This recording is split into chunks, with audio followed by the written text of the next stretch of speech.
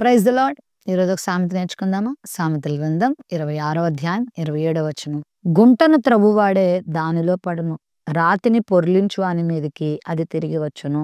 గుంటను త్రవ్వడం అంటే కుట్రలు పన్నడం, పన్నాగాలు పన్నడం, కీడులు తలపెట్టడం. ఒకవేళ ఎవరి విషయంలోనైనా మనం ఆ పని చేసామనుకోండి, వాక్యం చెప్తున్న మాట ఏంటంటే, ఎవరు కీడు అనే గుంట తవ్వుతారో అందులో వాళ్ళే పడతారు.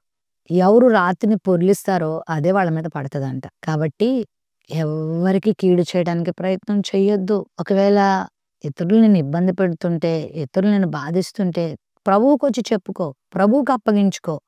అంతేగాని ఏదో చేసేద్దామని కలగజేసుకొని గుంటలు తవ్వావనుకో, అది నీకే ప్రమాదం అయిపోద్ది. నువ్వే ఆ గుంటలో పడతావు. బైబిల్‌లో మొర్దెకై అనే ఒక నీతిమంతుని మీద హామాన్ అనేటువంటి ఒక అమాలేకీయుడు కుట్ర పన్నాడు. ఇలా చేద్దాం, అలా చేద్దాం అని ఎన్నో ప్లాన్లు వేశాడు.